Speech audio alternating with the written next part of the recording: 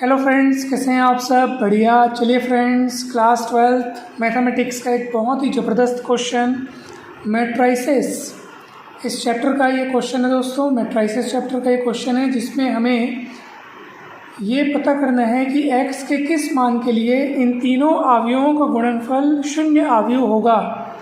ठीक, बहुत ही ज़बरदस्त क्वेश्चन है ये। x का मान ज्ञात करना है जिसके लिए इन तीनों मैट्रिक्स का मल्टीप्लिकेशन जीरो मैट्रिक्स होगा। ये अपने को बतलाना है कि x का वैल्यू क्या होगा। ठीक है, तो फ्रेंड्स हमने सबसे पहले ये जो अपने को दिया हुआ है उसको अपन ने यहाँ पे लिख दिया। उसके बाद आप मैट्रिक्स का गुणा करेंगे। यहाँ पर तीन मैट्रिक्स दिख रहे हैं, तो पहले आप इन दोनों को गुणा कर लीजिए।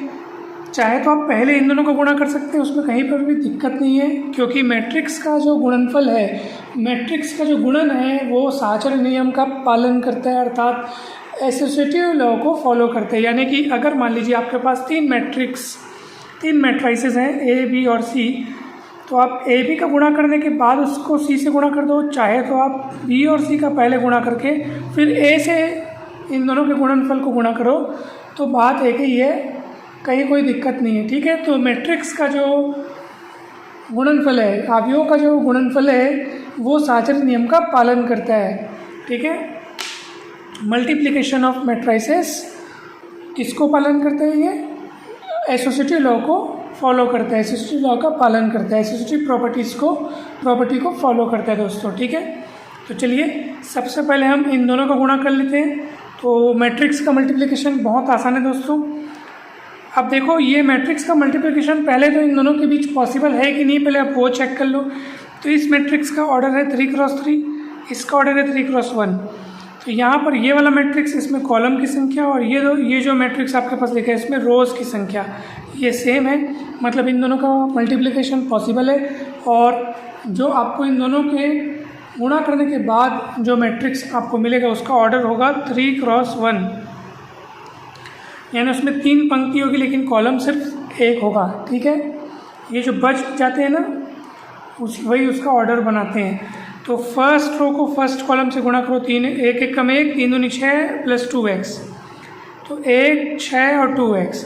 सेकेंड रो को इस कॉलम से गुणा करो, 2 1 2 5 2 10 प्लस x, तो 2 + 10 प्लस x। फिर थर्ड रो को इस कॉलम से गुणा करो, 15 6 2x, इस तरीके से। तो इनको जोड़ लीजिए, इतना आ जाएगा। फिर आप इन दोनों मैट्रिक्स का गुणा करो। यहाँ पे इसका ऑर्डर है 1×3, इसका ऑर्डर है 3×1। इसमें number of columns number of rows same है, तो इन दोनों का गुणा पॉसिबल है। तो 1×1 का यहाँ पे मैट्रिक्स बनेगा। इस फर्स्ट ये जो रो, आपको एक ही तो रो है यहाँ पे, तो रो को इस कॉलम से बस आपको गुणा करना है। तो 1 को इससे, x को इससे, 1 को फिर इससे। ठीक है, गुणा करने के बाद इतना आ गया, उसको लिख दिए। आप इसको सिंप्लीफाई कर लो। 1 को इससे गुणा करोगे तो इतना ही आएगा, x को अंदर गुणा करो इतना आएगा। उसके बाद आप इसको जोड़ लो, ये x², 2x, 12x, 2x, total 16x, 21 और 7 28। तो ये 1×1 का मैट्रिक्स बन गया। ये देखिए दोस्तों, ये x² हुआ 2x + 12x + 2x, यानी टोटल 16x, 21 और 7 28। और इधर जो जीरो दिया ना दोस्तों, वास्तव में वो जीरो मैट्रिक्स है, तो उसको हमने लिखा। कंपेयर कर लीजिए, ये हो गया। अब आप इसको सॉल्व कर लीजिए मध्य पद को तोड़ करके। तो 16x को हमने 14x और 2x में तोड़ लिया, क्योंकि दोनों को गुणा करने पर 28, 14 दूनी 28 आता है। और अब आप कॉमन निकाल लीजिए, x कॉमन निकालेंगे तो x + 14, यहाँ से 2 कॉमन निकालेंगे तो x + 14, फिर ये कॉमन निकल जाएगा, अलग अलग जीरो के बराबर रखेंगे तो x की एक वैल्यू आएगी -14 और दूसरी वैल्यू आएगी -2। इस तरीके से x की वैल्यू पता चल गई दोस्तों। तो बहुत ही सरल, सिंपल, ज़बरदस्त सवाल है ये।